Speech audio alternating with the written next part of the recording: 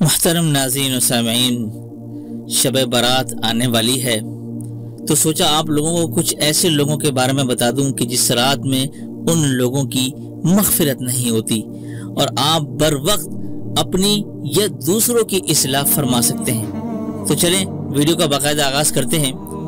ایک روایت ہے کہ حضرت ابو موسیٰ اشعری رضی اللہ تعالیٰ عنہ فرماتے ہیں کہ رسول اللہ صلی اللہ علیہ وآلہ وسلم نے ارشاد فرمایا کہ بے شک اللہ تعالیٰ جھانکتے ہیں، یعنی متوجہ ہوتے ہیں نصف شعبان کی رات میں، پس اپنی تمام مخلوق کی مغفرت فرما دیتے ہیں سوائے مشرک اور کینہ رکھنے والے کے۔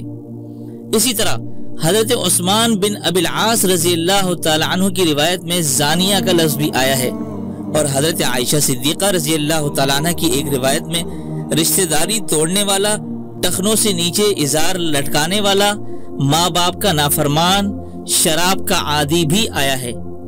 اور بعض روایات میں اشعار، ساحر، کاہن، عراف اور طبلہ بجانے والے کا بھی ذکر آیا ہے۔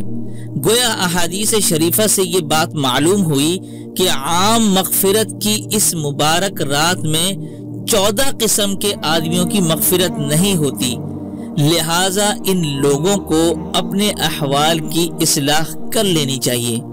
اب ذرا وہ 14 لوگ ملاحظہ فرمائیے۔ نمبر 1، مشرک، کسی بھی قسم کے شرک میں مبتلا ہو۔ نمبر 2، بغیر کسی شرعی وجہ کے کسی سے کینہ اور دشمنی رکھنے والا۔ نمبر 3، اہل حق کی جماعت سے الگ رہنے والا۔ نمبر 4، زانیہ و زانی۔ اور نمبر 5، رشتہ داری توڑنے والا۔ نمبر 6، ٹخنوں سے نیچے اپنا کپڑا لٹکانے والا۔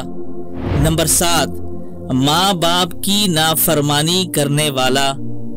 نمبر 8، شراب یا کسی دوسری چیز کے ذریعے نشہ کرنے والا۔ نمبر 9، اپنا یا کسی دوسرے کا قاتل۔ نمبر 10، جبرن ٹیکس وصول کرنے والا۔ نمبر 11، جادوگر۔ نمبر 12، ہاتھوں کے نشانات وغیرہ دیکھ کر غیب کی خبریں بتانے والا۔ نمبر 13، ستاروں کو دیکھ کر یا فال کے ذریعے خبر دینے والا۔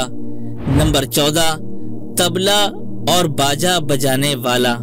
تو یہ ہیں وہ 14 لوگ جن کی نصف شعبان میں اللہ تبارک و تعالی مغفرت نہیں فرماتے۔ تو میں آپ لوگوں سے بھرپور گزارش کروں گا کہ اگر آپ میں کوئی ایک ایسی خصلت پائی جاتی ہے کہ جو مغفرت کا سبب نہ بنے، فوراً سے آج اس بری خصلت سے توبہ کر لیجئے، اور اگر کسی اور میں اگر آپ یہ دیکھتے ہیں تو فوراً صدقہ جاریہ کی نیت سے جتنا ہو سکتا ہے آپ آج اس ویڈیو کو شیئر کریں۔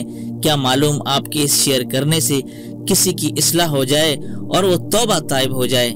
تو اسی کے ساتھ دیجئے مجھ فقیر، کمترین اور حقیر کو اجازت۔